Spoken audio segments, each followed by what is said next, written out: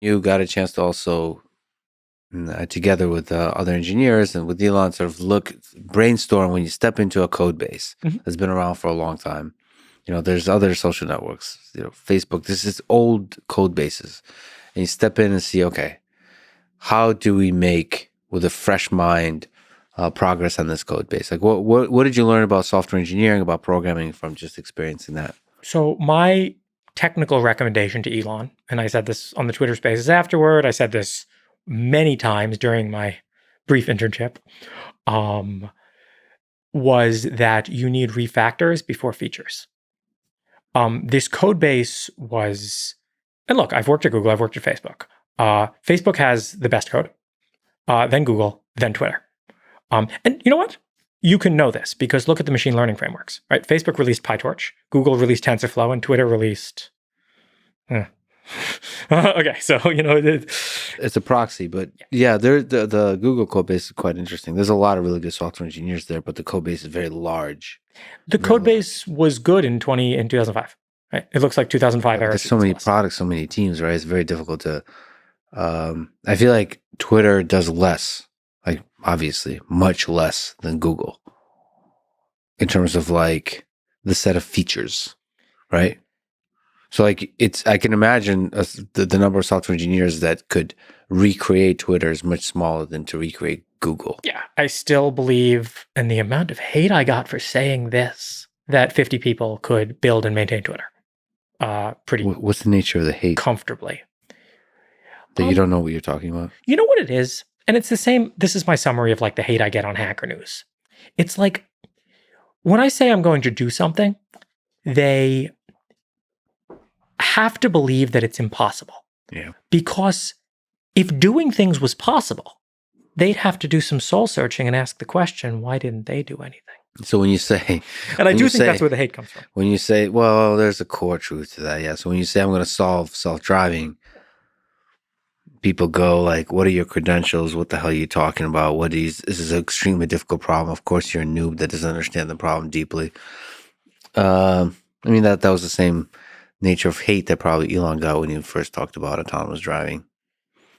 But, there's pros and cons to that because, like, there is experts in this world. No, but the mockers aren't experts. The people who are mocking are not experts with carefully reasoned arguments about why you need 8,000 people to run a bird app. But the people are going to lose their jobs. Well, but also there's the software engineers that probably criticize, no, it's a lot more complicated than you realize, but maybe it doesn't need to be so complicated. Some people in the world like to create complexity. Some people in the world thrive under complexity, like lawyers, right? Lawyers want the world to be more complex because you need more lawyers, you need more legal hours, right? I think that's another. If there's two great evils in the world, it's centralization and complexity. Yeah, and the one of the sort of hidden side effects of software engineering is like finding pleasure in complexity. I mean, I don't remember just taking all the software engineering courses and just doing programming and just coming up in this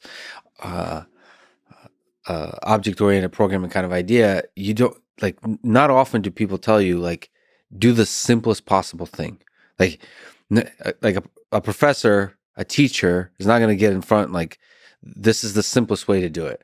They'll say like this is there's the right way, and the right way, at least for a long time, especially I came up with like Java, right? Like is so much boilerplate, so much like so many classes, so many like designs and architectures and so on, like planning for features far into the future and planning poorly and all this kind of stuff. And then there's this like code base that follows you along and puts pressure on you, and nobody knows what like different parts do, which slows everything down. There's a kind of bureaucracy that's instilled in the code as a result of that. But then you feel like, oh, well, I follow good software engineering practices. It's an interesting trade-off because then you look at like the ghetto-ness of like Perl in the old, like how quickly you could just write a couple lines and just get stuff done.